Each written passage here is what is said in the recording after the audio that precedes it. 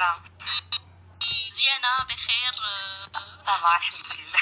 كنتي بخير لاباس؟ الحمد لله. احنا مواصلين معك موضوع مهم، وموضوع اللي ممكن تشجعوا به يعني كل السيدات على انهم ياخذوا بعين الاعتبار ويركزوا عليه في حياتهم مع وليداتهم، اللي هو اهمية الرضاعة الطبيعية. يا لاله؟ اكيد نهضروا على اهميه الرضاعه الطبيعيه، نكملوا هذا الشيء الثاني ان شاء الله نهار الجمعه، وكذلك نحاولوا نهضروا نديروا واحد المقارنه ما بين الرضاعه الطبيعيه وكذلك الرضاعه الاصطناعيه باش يعرفوا الناس الفرق. داكوغ، دونك كما كنا هضرنا الحصه الفريطه على الرضاعه الطبيعيه والاهميه ديالها، لانها عندها خصائص مهمه بالنسبه للام وكذلك بالنسبه للطفل. بالنسبه للطفل قلنا انه كينمو في صحه جيده، كتعطي داك لو بوفوار ديال لا بروتيكسيون، زعما الحمايه من الامراض، وكتكون المناعه ديالو، الجهاز المناعي ديالو كتحميه من الالتهابات اللي كيكون معرض لها الطفل في داك الفتره الاولى ديالو ديال الحياه، لانه ما كتكونش عنده المناعه.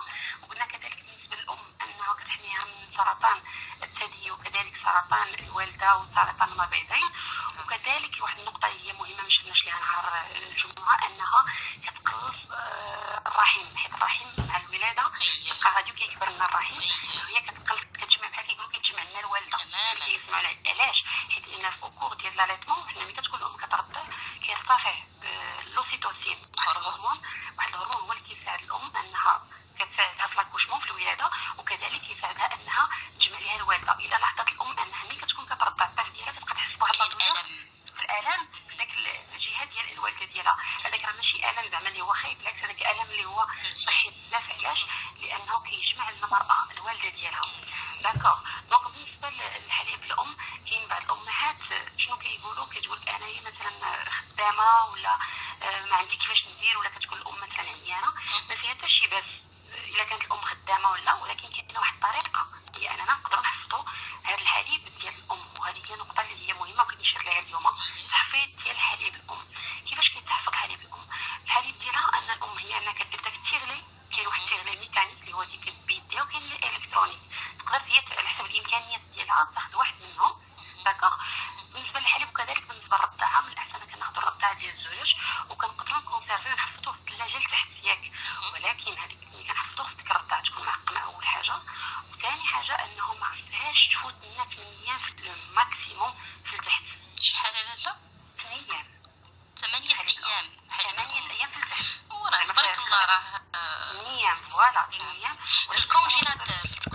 ماشي الكونجيلاتور، في الفريجيراتور. حنا دابا بالنسبه لنا العادي، الثلاجه العاديه، العاديه العاديه. نعم فوالا عادي بالماكسيموم، زعما الا كثرت 8 ايام. وشو سبحان الله استاذه حنان، يعني شوف حليب الام كيصبر 8 ايام يعني في الثلاجه العاديه. ياك دكتور؟ يعني هذه قدره الهيه وعظمه الهيه، حيت عنده داك لو بوفوار انتي انفيكتيوز، هو مضاد لاي حاجه كتعطينا جراثيم ولا بروليفيراسيون بكتيريا، اي حاجه كتخلي كتكون جراثيم. دونك هنا الام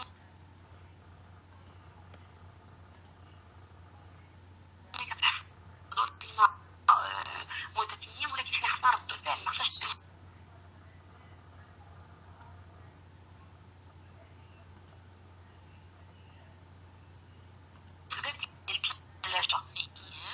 علاش؟ كنبقاو نحلو كنبقاو نسدو، يعني كاين الهواء اللي كيدخل للثلاجه، وخصها ترد البال لا طومبيراتور ديال الثلاجه دائما خصها ما بين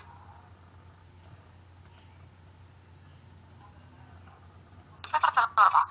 حنا عارفين هذه حتى بالنسبه للفواكه ولا الخضار الاخرى اللي كنحفظوها لنا في الثلاجه، خصنا دائما نردوا البال لا طومبيراتور، الدرجه ديال الترمومتر ديال الترموستات ديال الثلاجه ديالنا.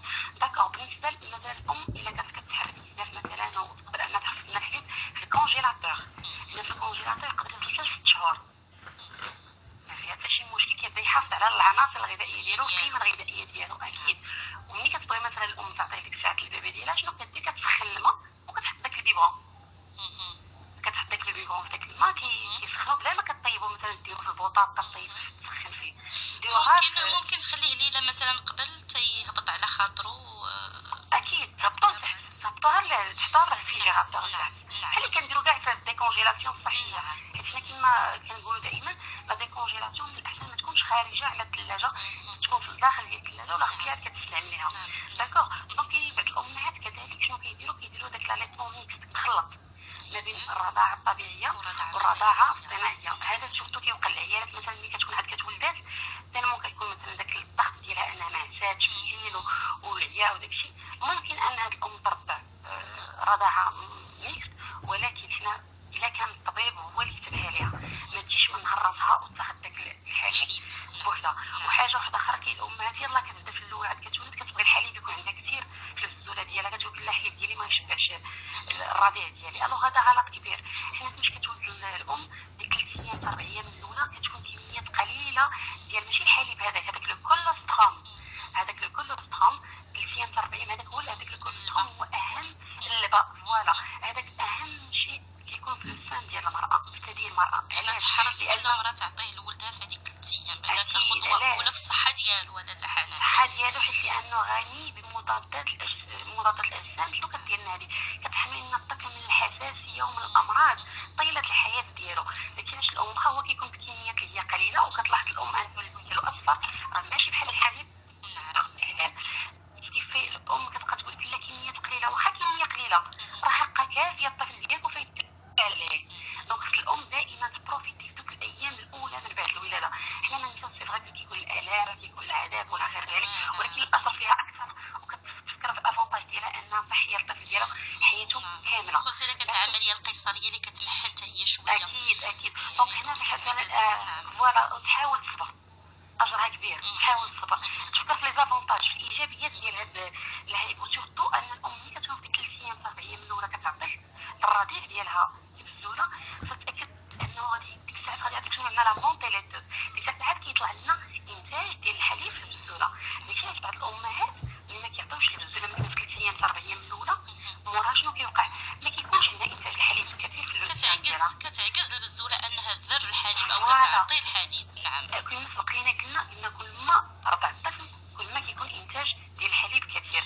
واكيد ما نساوش تغذيه الام اللي خصها تكون تغذيه متوازنه اضافه الى شرب الماء 3 لتر في اليوم باش يلا نجيبوا ديك الكميات الكثيره ديال الحليب.